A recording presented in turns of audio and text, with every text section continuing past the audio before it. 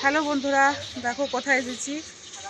বিকালবেলায় এলাম ফুল তুলতে, তার কারণ আজকে হচ্ছে ষষ্ঠী পুজো, তাই ফুল নিতে এসেছি। তো এখানে আর একবারও এসেছিলাম বৃহস্পতিবারে লক্ষ্মী পুজো ঘট জলে দিতে, তখন একটা ভিডিও পোস্ট করেছিলাম, প্লাস রিল বানিয়েছিলাম। চলো সর্ষে ফুলের ক্ষেতটা দেখাই, তারপরে সবটা দেখাচ্ছি।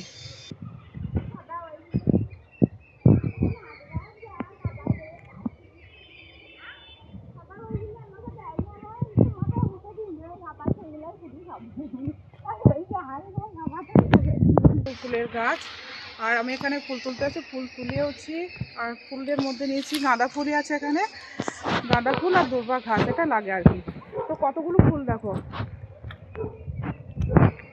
প্রচুর গাছ আছে।